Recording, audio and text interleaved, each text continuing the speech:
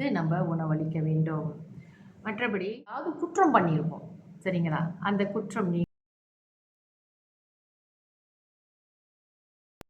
என் இனிய காலை வணக்கங்கள்.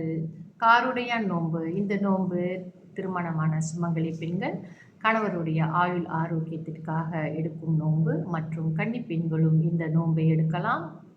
இவர்களுக்கு நல்ல வருங்காலத்தில் நல்ல கணவன்மார்கள் அமைவதற்கு இது சிறந்த நோன்பாகும். தொடர்ந்து நம்மளுடைய பஞ்சாங்கத்திற்கு போவோம். இன்றைய தேதி 14ஆம் தேதி 3ஆம் மாதம் 2026 சனிக்கிழமை, தமிழ் மாதம் மாசி.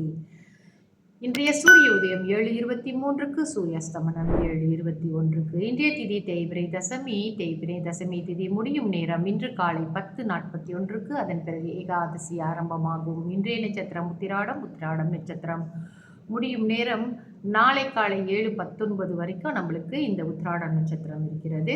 இன்றைய யோகம் சித்த யோகம். நல்ல நேரம் காலை 11:52 மதியம் 12:52 வரை. அதன் பிறகு மாலை வேளையில் 6:21 7:21 வரை. தொடர்ந்து 7:21 8:51 வரை. ராகுகால நேரம் காலை 10:22 11:52 வரை. யமகண்ட நேரம் மதியம் 2:51 4:21 வரை. கூலிகன் காலை 7:22 8:52 வரை. சந்திராஸ்தம ராசி. இன்று ரிஷபராசி அன்பர்களுக்கு சந்திராஸ்தமம் இன்று மதியம் 12:03க்கு முடிவடைந்து மிதுனத்திற்கு ஆரம்பமாகும். தொடர்ந்து நம்ம இன்றைய ராசி பலன் பார்ப்போம். மேஷ ராசிக்கு அன்பு, ரிஷப ராசிக்கு பாசம், மிதுன ராசிக்கு பொறாமை, கடக ராசிக்கு பொறுமை, சிம்ம ராசிக்கு செலவு, கன்னி ராசிக்கு நஷ்டம், துலாம் ராசிக்கு மேன்மை, விருச்சக ராசிக்கு போட்டி, தனுசு ராசிக்கு நிம்மதி, மகர ராசிக்கு ஆதரவு, கும்ப ராசிக்கு சுகம், மீன ராசிக்கு ஆக்கம். இன்றைய விசேஷம் காருடையார் நோன்பு. தொடர்ந்து நம்ம கிரகங்கள், அதாவது சில தோஷங்கள் நம்மளை விட்டு விலக வேண்டும் என்றால் சில உயிரினங்களுக்கு நம்ம உணவளிப்பதன் மூலியமாக இந்த தோஷங்கள் விலகும் என்பது சாத்திரத்திலே குறிப்பிடப்பட்டிருக்கிறது. அது என்னவென்று நம்ம பார்ப்போமே. இது மிகவும் சுருக்கமான ஒரு விஷயங்கள். ஓகே, கிரக தோஷங்கள் நீங்கிறதுக்கு நம்ம என்ன செய்யலாம்? சூரியனுடைய தோஷம் நமக்கு இருக்குது. இல்லை நம்ம பிறக்கும் பொழுது சூரியன் நீச்ச வீட்டில் இருக்கலாம். இந்த மாதிரி ஏதாவது ஒரு தவறான இடத்துல இருக்குதுன்னு வச்சுக்கோங்களேன். அப்போ அது நம்மளுக்கு அதன் சூரியனால் கிடைக்கக்கூடிய நன்மைகள் நமக்கு கிடைக்காமல் போவதற்கு வாய்ப்புகள் அதிகம். அதனால் என்ன சொல்கிறாங்கன்னா, குதிரைக்கு தீவினம் கொடுக்கணும், உணவு கொடுக்கணும். இப்போ நம்ம குதிரைகளை தேடிட்டு போகிறது என்பது ரொம்ப கஷ்டம். சாஸ்திர காலத்தில் எல்லா இடங்களிலும் குதிரைகளை மிக முக்கியமாக பாதித்தார்கள். ஆனால் இப்பொழுது கஷ்டம்.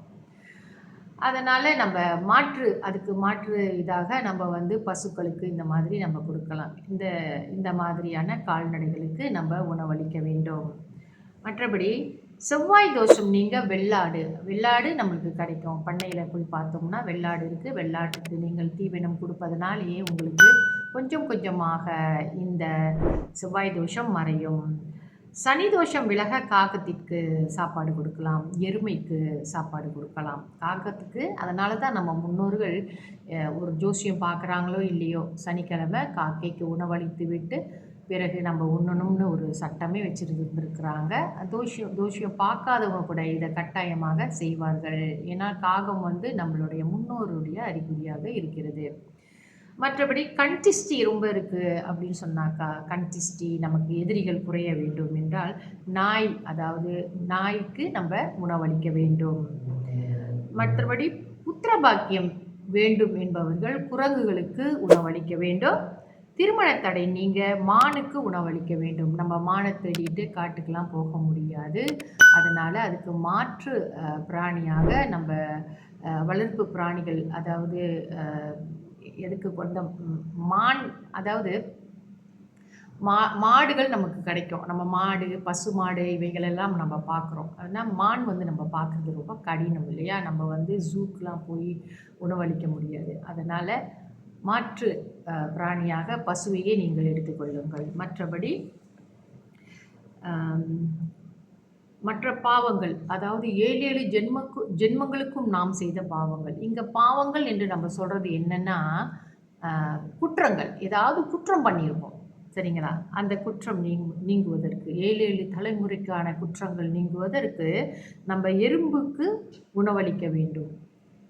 மற்றும் பொதுவாக எந்த விதமான பாவங்களாக இருந்தாலும் அதை போக்கிக் கொள்வதற்கு பசுவிற்கு நம்ம உணவளிக்க வேண்டும். அப்படின்னா இப்போ குதிரைக்கு நம்ம தேடி போக முடியாது, மானுக்கு நம்ம தேடி போக முடியாது. பொதுவாக நாம் பசுவுக்கே உணவளிக்கலாம். இந்த மிருகங்களுக்கு உணவளிப்பதின் மூலியமாக, இந்த ஜீவராசிகளுக்கு உணவளிப்பதன் மூலியமாக கட்டாயமாக நம்மளுடைய தோஷங்கள் நம்மளை விட்டு விலகும். அந்த மனப்பக்குவமும் நம்மளுக்கு ரொம்ப அழகாக மாறி ரொம்ப நல்ல ஒரு குணங்களும் நமக்கு வர ஆரம்பிக்கும். இது ஜீவகாருண்யம். அது மட்டும் இல்லாமல் இப்போ வெள்ளாடு, அதாவது செவ்வாய் தோஷம் உள்ளவர்கள் வெள்ளாட்டுக்கு சாப்பாடு கொடுக்கணும்னு நம்ம சொல்கிறோம்.